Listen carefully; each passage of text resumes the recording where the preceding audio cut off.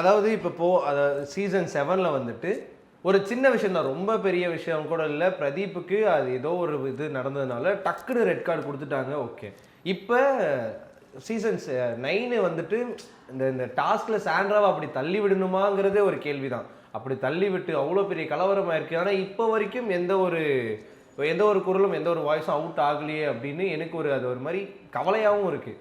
ஏன்னா பிரதீப் பண்ண விஷயத்துக்கு உடனுக்குடனே on the spot red card கொடுக்குறேன்னு சொல்லி கொடுத்து, ஏன்னா வீக்கெண்ட் வரைக்கும் கூட வெயிட் பண்ணலன்னு நினைக்கிறேன்.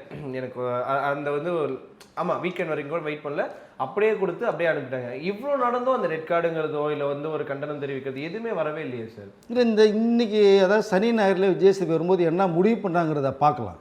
ரெட் கார்டு கொடுக்கல அப்படின்னா விஜயசேவி ரெட் கார்டை கொடுத்து அனுப்பிச்சிட வேண்டியதான் நினைக்கிறேன். அவரையே அனுப்பணும். அவரை வழி இல்லைங்க, இவ்வளோ மோசமாக நடந்துகிட்டு இருக்கு. அவரை பார்த்துட்டு சும்மா நல்ல வார்த்தை பேசிட்டு போகிறதுக்கு வர்றாங்க. அப்போ மொத்தத்துக்கே ஒரு ஸ்கிரிப்ட் ஒர்க் பண்ணிட்டு இருக்கீங்களா எல்லா பேருமே? அப்படி தான் தோணுது.